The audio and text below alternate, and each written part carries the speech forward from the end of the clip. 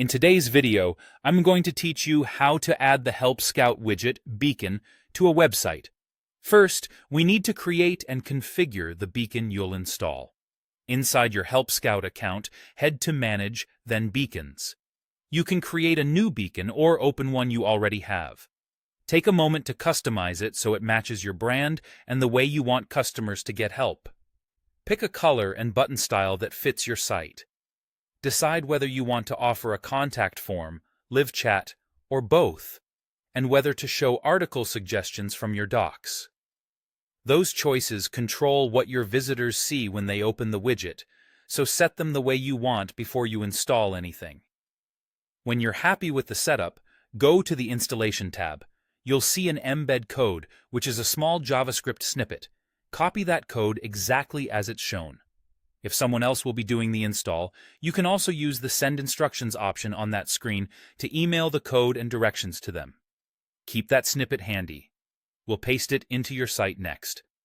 Now let's add the beacon script to your website. If you edit your site's HTML directly, open your site's template or layout file and paste the code just before the closing body tag. That spot ensures the script loads on the page without delaying the rest of your content. If your site has a global script or footer area, paste the code there instead. The key idea is to add it once in a location that renders on every page, so the beacon appears anywhere visitors browse.